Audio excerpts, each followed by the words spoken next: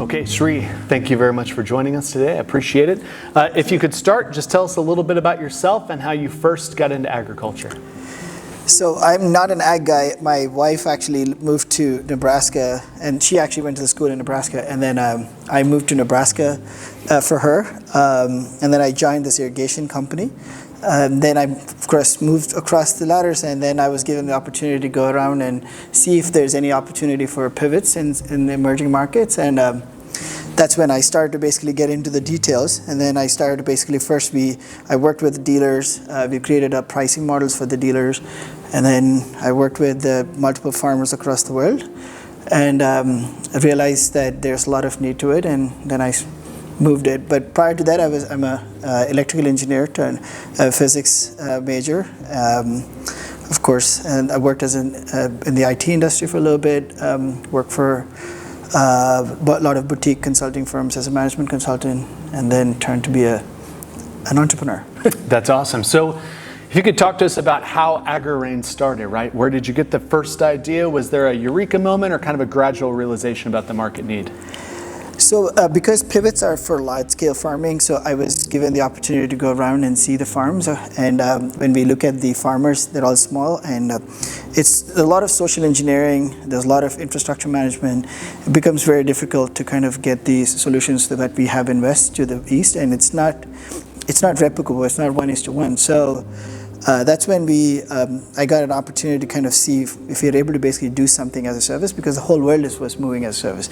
It's Uber was there, like Airbnb, everything was talking about service. So we said, why not? And then we worked with Wageningen on the business model innovation. We did a lot of financial modeling to begin with to see what works, what doesn't work. And then we started maybe a couple of pilots in Rwanda through Lindsay, and I gave this idea to Lindsay, and I think it's a different model for them. So I graduated to basically open up my own shop, and here comes Agrirain. That's awesome. Now, did you start it alone, or did you have co-founders? And what were those dynamics like? So hindsight, I wish I could have had a co-founder because we did everything and I did everything. I didn't have a co-founder, but because I worked initially with Lindsay and we did a lot of groundwork, I think that really helped, and partnerships were already established, and the markets that I wanted to be in, I had really good connects. So that way actually I moved into Agrirain smoothly. Didn't realize just founder is not just doing all of that, but rest of the other things. But yeah, I didn't have a co-founder at that point. So what were some of the biggest hurdles that you faced during the initial stages of the establishment of Agrirain, and how did you guys overcome those? So we had, if you ask me in 2018, the fear was, with the machine work, with the farmer pay, is there a market? I mean, that was a basic question. Today, if you ask me, I'm not worried about if there's a market, if the machine works. It's the different dynamics right now. But there was a lot of learning initially, especially we went to Rwanda. We failed with this large machines. So we had to kind of go to the drawing board. I had imported a bunch of machines into India.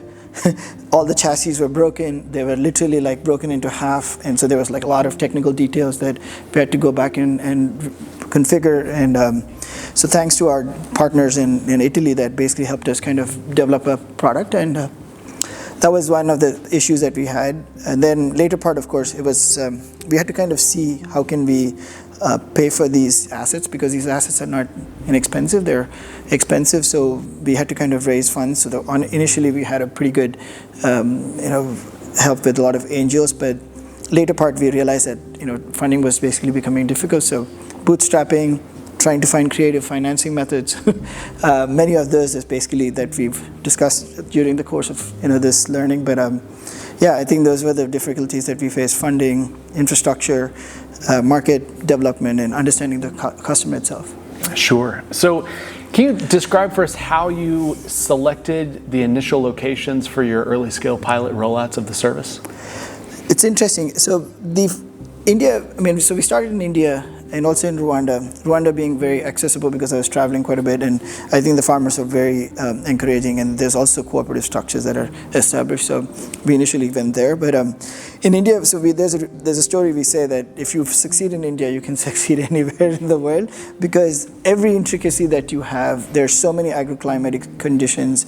You have all kinds of farmers, small to big, and they all own the farms or lease the farms. So every intricacy that you basically need is there. I don't know if that's the way we solve the problems, where you have tens of thousands of variables. Where do you want to solve all the variables? Hindsight, maybe I shouldn't have probably been in India. But the choice of India was that you could solve there, you could solve anywhere, and I think it really helped us basically because we could learn a lot. But then of course, it's a long time. Yeah. And then how did your selection of those locations impact your product offerings and your business model and your operations? So India itself actually has small farmers, like, we're talking about 0.5, 0.6 acres, but when you get to Uganda or any of the African nations, we're still smaller, and in fact, it gets so granular now. We couldn't basically get out of that to basically a lot of much more smaller farms, so we couldn't really scale down, but we could scale up a little bit on different farms that we were working. There was also one of the key decisions that we made earlier on, because R&D, new product development, is not cheap, so we can't do basically new product development every year. So what we realized is that we stick to one variant, stick to one geography, succeed in one geography, make sure that we actually have a product that basically works in one geography, at least to the extent that we have 100% utilization. And are there additional geographies and locations that you're looking into expanding into right now? Yeah, Africa is so big, but at least if I say maybe Uganda, Rwanda, we work in Ethiopia. We had a first stint in Ivory Coast as well. Definitely with Ghana, with the help of Pump Tech, I think we have a lot of ambitions. That's awesome. So where you are now, looking back at your journey, how would you say that Agrirain has evolved since its inception, and what were the pivotal moments or turning points that kind of drove that evolution? So I work for corporate, right? So we're all actually kind of beaten down to kind of making profits the day one. So you can't just burn money. So our goal initially, the pivotal moments, was that first thing is make sure that we're bottom line positive the day one. So our goal was to find the markets that we could serve. Whatever we do, we actually stay positive, because that way we don't burn money. That was definitely the biggest thing. And as we progressed, I think there were many learnings that we had, and I think the learnings that transformed into opportunities is that you can't just spread yourself thin. I think you need to basically focus and literally go, if we call it an adopt a village, adopt a district, adopt a county. So we just go bombard and get all the farmers and see what the ripe market is, and then basically expand. That way, you don't need to kind of deal with the other intricacies that you have around the world. Yeah.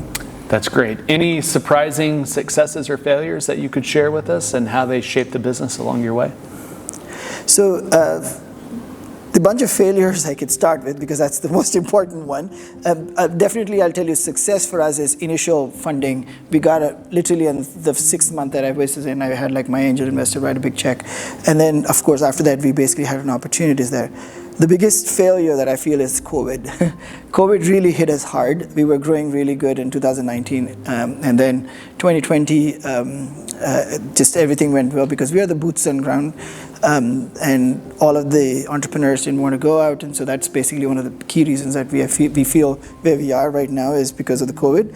But that actually says something to us, that you need to keep something very light on ground, but you should also basically have the coverage. So how can we do that? I think it's still kind of a thing that we are trying to learn. I think key elements that we've learned, we've seen in the journey is that data collection and data to the farmer is very important. As much as we can, the reason why we do a lot of these things is because we want to basically make sure we are there on ground and the farmer feels that he needs to take irrigation. remember we are a supplemental and supplementary irrigation, the deficit irrigation. Unless and until you show the farmer that there is a need, it's need of the hour, and create that sense of urgency, you will not be able to do it. Initially, we thought it was not necessary, and that's the biggest learning, that I think sense of urgency is absolutely important, and we need to make them act. And for that, I think if you show them data, I think they'll probably act. And so that's probably one of the key learnings that I have in my journey. Awesome. Okay, final question. What are your plans for the future? Where do you see Agrirain in the next 1, 5, 10 years? 1 year, the short-term goal for us is to make sure that we are absolutely successful, and we want to get all of our machines fully utilized. That's our first goal. At least that's what we are focusing on right now. And I think the short-term goal to mid-term goal that we've seen in 3 to 5 years, we would like to create a solution for all small and marginal farmers, and meaning be it 0.5 acres to be it, and then also expand back towards creating, maybe also being a manufacturer, because that way what happens is that it vertically integrates for us, and it provides the overall larger coverage in terms of margin, and also ease of expansion will be easy, faster for us. That's fantastic. Shri, thank you so much for your time. We appreciate it. Oh, thank you very much.